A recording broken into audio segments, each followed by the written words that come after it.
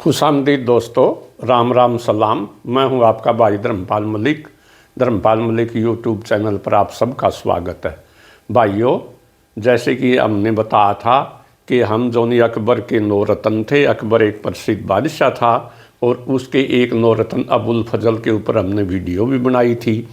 आज हम दूसरे रत्न जोनी उसके ऊपर दूसरे अकबर के 9 रत्न थे अबुल फजल का भाई फैजी, राजा टोडरमल जिसने भूमि की पैमाइश की थी, राजा मानसिंह जो अकबर का सेनापति था, अब्दुल रहीम खान खाना जो कि बैरम खान का बेटा था, और तानसेन जो संगीतकार था, बिरबल जो हाजिर जवाब था, और जोनी मुल्ला दो प्याजा और हकीम जी उनके जो 9 रत्न थे। तो आज हम आपको रहीम जी के बारे में बताएंगे। रहीम जी आज भी उतने ही समाज के अंदर उतने ही याद किए जाते हैं जितने अकबर समय के में याद किए जाते थे, क्योंकि वो अपनी कविता के लिए, उनके दोहों के लिए प्रसिद्ध हैं। उनके दोहे अब भी समाज में बार बार जो नहीं वो कोट किए जाते हैं। उनको अनेक भाषाओं का ज्ञान था, जैसे तुर्की, फारसी, अरबी, संस्कृत, हिंदी, और वो हिंदी में ब्रज भाषा, खड़ी बोली, मेवाती भाषा और इस सब के बड़े जानकार और विद्वान आदमी थे। और उन्होंने अपनी जो कविताएं लिखी हैं वो ब्रज भाषा और अवधी भाषा के अंदर लिखी हैं। वो कृष्ण भगवान के भी भगत थे। उनकी माता जो थी वो वैसे तो खानज़ादा कहते हैं, हसन खान मेवाती के भतीजे जमाल खान की छोटी बेटी थी, और उसकी 2 बेटियां थी जमाल खान की। बड़ी बेटी से तो हुमायूं ने जो अकबर के पिताजी थे उसने शादी की थी, और छोटी बेटी की शादी 1554 के अंदर बैरम खान के साथ की गई थी, जब हुमायूं ने दोबारा भारत को जीत लिया। तो उनकी उम्र में भी बहुत वो बड़ा फ़र्क था। रहीम के पिताजी बैरम खान थे, तो उनकी माता का नाम सुल्ताना बेगम था, सलीमा बेगम भी कहते हैं। वो हिंदू संस्कारों के अंदर पली हुई थी, क्योंकि अधिकतर मेवाती लोग उनके पुरखे वो हिंदू थे, और हिंदू से ही वो अधिकतर फिरोज शाह तुगलक के समय में कन्वर्ट हुए थे। इसलिए हिंदू संस्कृति का उनके ऊपर बहुत ज़्यादा प्रभाव था। वो जाति से तुर्क थे, धर्म से मुसलमान थे, और विचारों से भारतीय थे, और भारतीय संस्कृति का, जिसको गंगा जमुना तहजीब कहते हैं, उसका उनके ऊपर बहुत ज़्यादा प्रभाव था। और उसी के प्रभाव के अंदर उन्होंने कविता लिखी।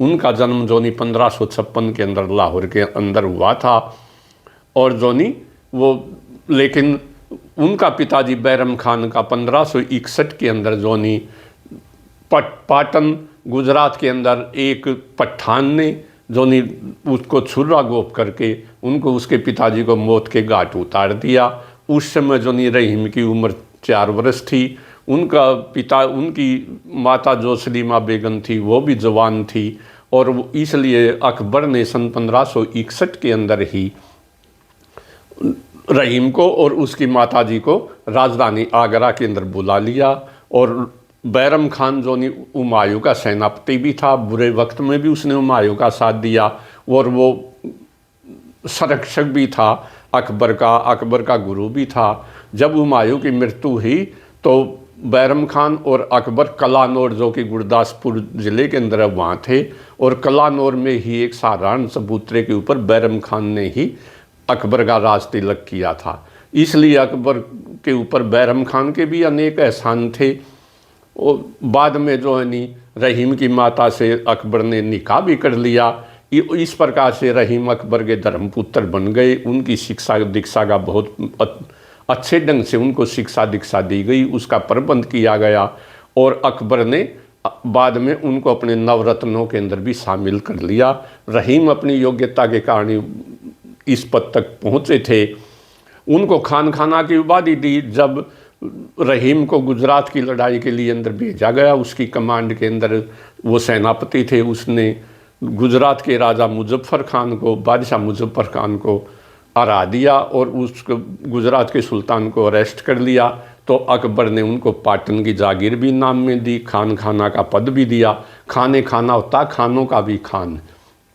तो इस प्रकार उनके पास खान खाना की उपाधि थी, मिर्ज़ा की उपाधि भी थी, वकील की उपाधि भी थी और उनका राज दरबार में बड़ा ही उनका जो नहीं बहुत ही ज़्यादा राज दरबार के अंदर उनको बड़े शान शौकत से रहते थे, बड़ा उनका सम्मान था। और वो जो नहीं बहुत ही सुंदर थे, सुंदरता और गठीला शरीर उनको गॉड गिफ्ट था। और कविताएं बनाने की जो नहीं नैसर्गिक, ये भी गॉड गिफ्ट थी उनके पास, नैसर्गिक प्रतिभा थी उनके पास।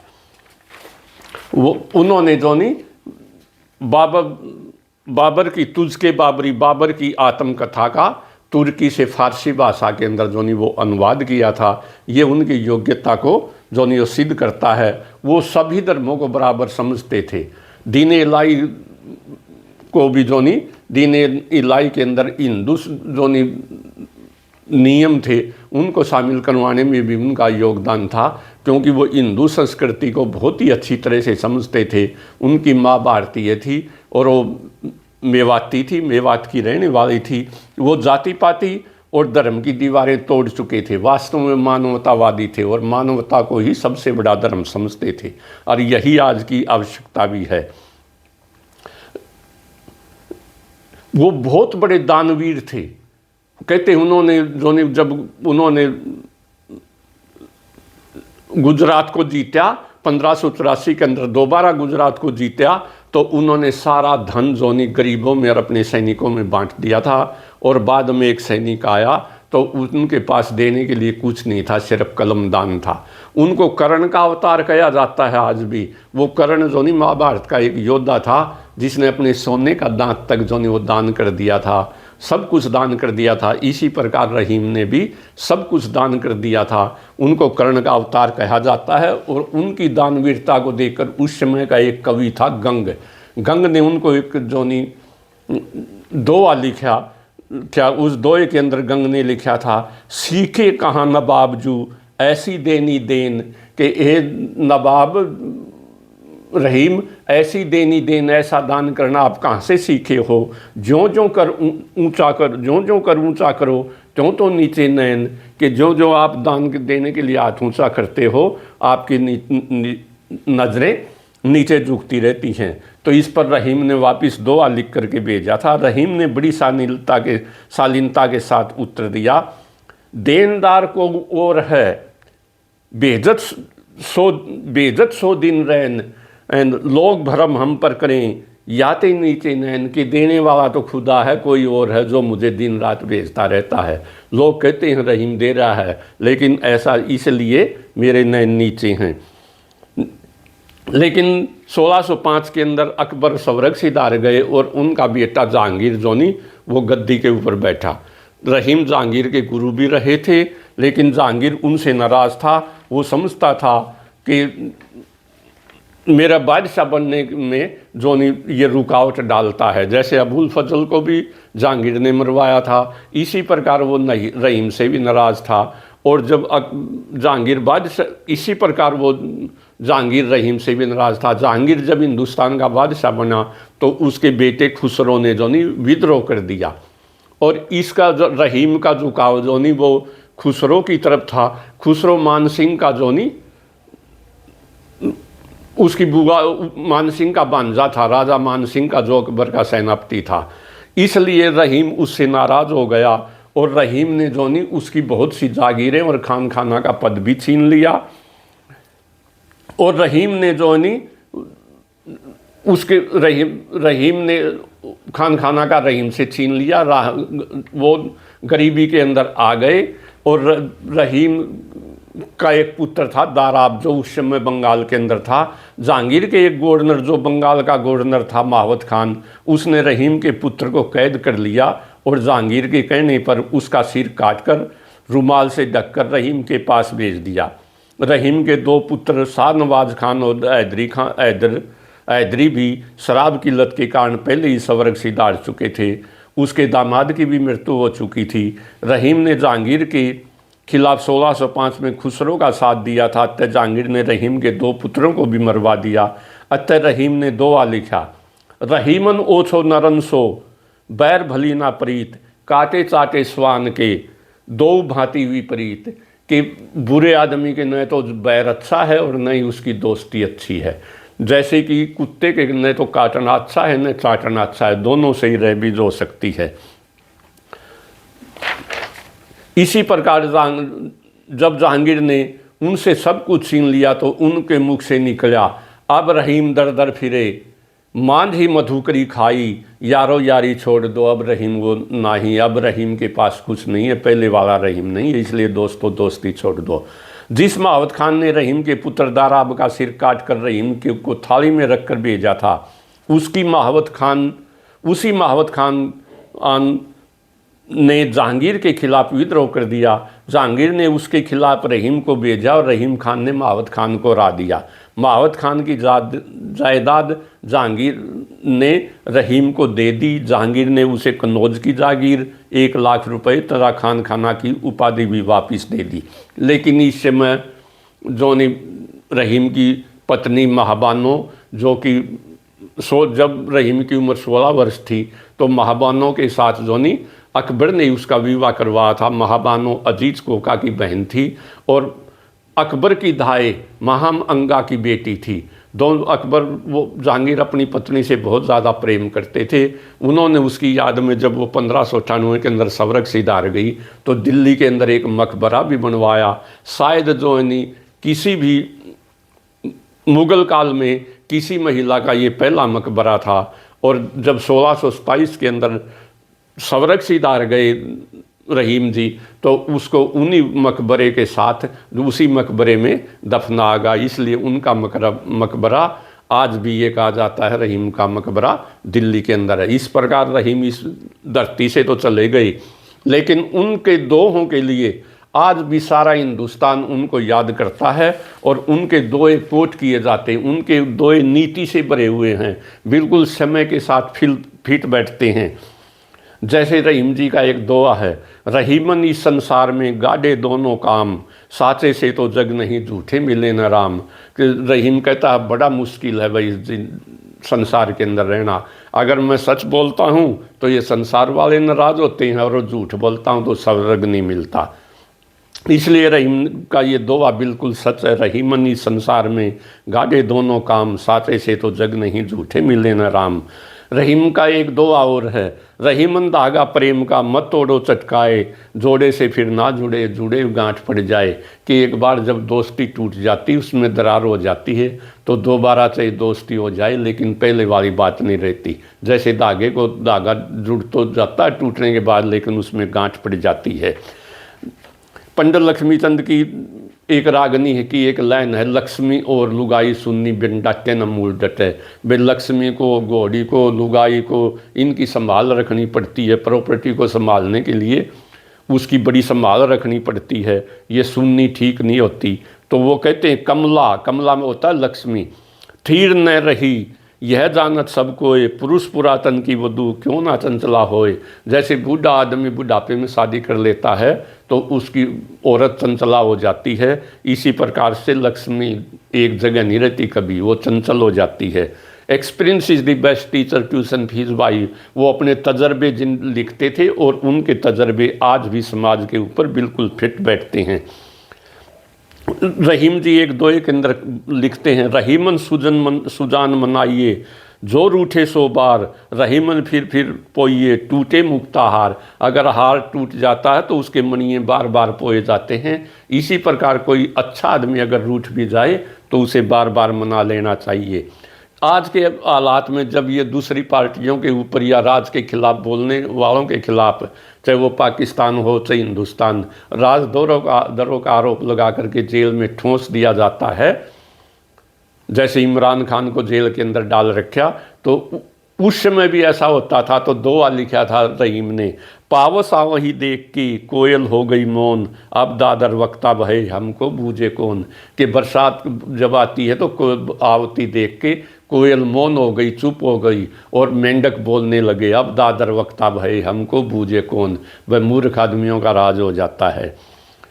इसी प्रकार से वो लिखते हैं एक दोहे के अंदर, मन मोती और दूध रस इनकी सहज सुभाए, फटे जाए तो नहीं मिले कोटिन करो उपाय। मन मोती और दूध एक बार फटने के बाद दोबारा नहीं मिलते, चाहे करोड़ उपाय करो। पंडित जी की भी एक लाइन है, मन मोती और दूध मिले ना जो एक बार न्यारे फट जा। रहीमन जो ओछे बड़े वो अति तराए तराए, प्यादे सो फर्जी बहे टेढ़ो टेढ़ो जाए। रहीम जी कहते हैं छोटे आदमी ज़्यादा बकवास करते हैं बड़े आदमियों की वजह से, बड़ों को तो फिर भी मनाया जा सकता है। जैसे शतरंज के खेल के अंदर प्यादा जो होता, राजा रानी वो तो सीधी चाल चलते हैं, लेकिन प्यादा टेढ़ा मेढ़ा चलता है। रहीमन जो ओछे बड़े वो अति इतराए, प्यादे सो फर्जी बहे टेढ़ो टेढ़ो जाए। जैसे चाय तो जो नहीं वो गर्म, चाय से केतली ज़्यादा गर्म हो जाती है, कई बार हाथ लगाना भी मुश्किल हो जाता है। रहीमन पानी राखिए बिन पानी सब सून, पानी बिन उबरे नहीं मानुष मोती चून। रहीमन कहते हैं संसार के अंदर पानी का बड़ा महत्व है, पानी बिन उबरे नहीं मानुष मोती चून। आदमी का भी शरीर में 70% पानी है, मोती भी पानी से पैदा होता है और चून भी, उसकी रोटी बनाओ कुछ भी बनाओ उसके लिए पानी बहुत ज़रूरी है। पंडित लक्ष्मीचंद भी एक जगह कहते हैं, जैसे कहते हैं पानी तो कान में भी पक जाता है। लक्ष्मी चंद्र हम पे चलता, लिखा कर्म का को न टलता। बिन पानी के कति ना खिलता, रंग केले कैसे पात का। बिना मर्द दे लाना लानिया कोई इन वीरों की जात का। वो कहते हैं जब मूर्ख आदमियों को ज्ञान देना भी कोई अच्छी बात नहीं, समझदारी नहीं है। ए गंधी मति मंद को इतर दिखावत काही, करे फुलेल को आँच मन मीठो कैसराई। कि ए इतर बेचने वाले, मूर्ख को क्यों जोनी इतर बेच रहा है, मूर्ख को क्या पता इतर की वैल्यू का। अगर आप उसकी हथेली पर रखोगे कि इसकी सुगंध देखो, तो वो उसे चाट जाएगा और फिर मीठा कह के सराएगा, जबकि इतर कड़वा होता है। आगे वो कहते हैं एक सादे सब सदे, सब सादे सब जाए। रहीमन मूल ही सींचियो, फूले फले अघाए। कि जैसे अल्लाह एक है, या इलाही अल्लाह वा मोहम्मद रसूला, बस जैसे एक अल्लाह है, एक अल्लाह की ही इबादत काफ़ी है। एक सादे सब सदे, एक को साधने सब खुश हो जाते हैं। सब सादे सब जाए, के आदमी को दो नाव में पाँव नहीं रखना चाहिए। कह रहीम कैसे निभे बेर कैर के संग, वा डोलत रसा अपने वा के फाटत अंग। बुरे आदमी के साथ अच्छे आदमी का रहना मुश्किल हो जाता है। जैसे केले के साथ बेरी का वो डोलत रस अपने, बेरी हिलती है तो उसके कांटों से केले के पत्ते फट जाते। वाह के फाटत अंग। खीरा सिर से काटी के मलियत नमक लगाए, रहीमन कड़वे मुखन को चाहियत यही सजाए। जैसे खीरे को काट करके नमक मिलाया जाता है ताकि उसका कड़वापन खत्म हो जाए, इसी प्रकार कड़वा बोलने के वाले को भी यही सजा है कि उसको कड़ी सजा देनी चाहिए। मांगन गए सो मर रहे, मरे सो मांगन जा, उनसे पहले वो मुए जिन मुख निकसत ना। जो मांगना भी बुरा है और मांगने वाले को ना कर देता, वो तो उससे भी बुरा है। रहीम जो उत्तम प्रवृत्ति का करी सकत कुसंग, चंदन विष व्यापत नहीं लिपते रहत भुजंग। के रहीमन जो अति उत्तम प्रवृत्ति के आदमी होते हैं, उन पर बुरी चीज़ों का प्रभाव कम से कम पड़ता है। जैसे चंदन के पेड़ से सांप लिपटे रहते हैं, लेकिन उनको जहर नहीं चढ़ता। आप न काहू काम के डार फाल और पत, ओरन को रोकत फिरे रहीमन करूर बबूल। आप न काहू काम के डार पात फल फूल के। आप खुद तो जो आदमी काम के नहीं होते, वो दूसरे की टांगे खींचते हैं, उनके काम में रोड़ा डालते हैं। जैसे कीकर के पेड़ की न तो छाया होती है, न फल होता है, न पत्ते होते हैं, और दूसरों को कांटे डाल के रोक लेता है। ओरन को रोकत फिरे रहीम करूर बबूल। इस प्रकार रहीम के दोए आज भी बिल्कुल सार्थक हैं और वो कोट किए जाते हैं। वो हिंदी के बहुत माने हुए कवि थे। और आज के समय में जब ये हिंदू मुस्लिम जात पात समाज को तोड़ा जा रहा है, रहीमन जोनी वो प्रैक्टिकल ज्ञान देते हैं बिल्कुल। और वो जोनी मानवतावादी थे, हिंदू मुस्लिम से ऊपर उठे हुए आदमी थे। मुस्लिम धर्म का होते हुए भी कृष्ण भगत थे, और कृष्ण के भगवान के ऊपर उन्होंने अनेक कविताएं लिखी हैं, अपने दोहे लिखे हैं। तो ये थी मोटी मोटी बातें। भाइयों अगर अच्छी लगे तो वीडियो को शेयर करना, चैनल को सब्सक्राइब करना। धन्यवाद। जय हरियाणा, जय हरियाणवी।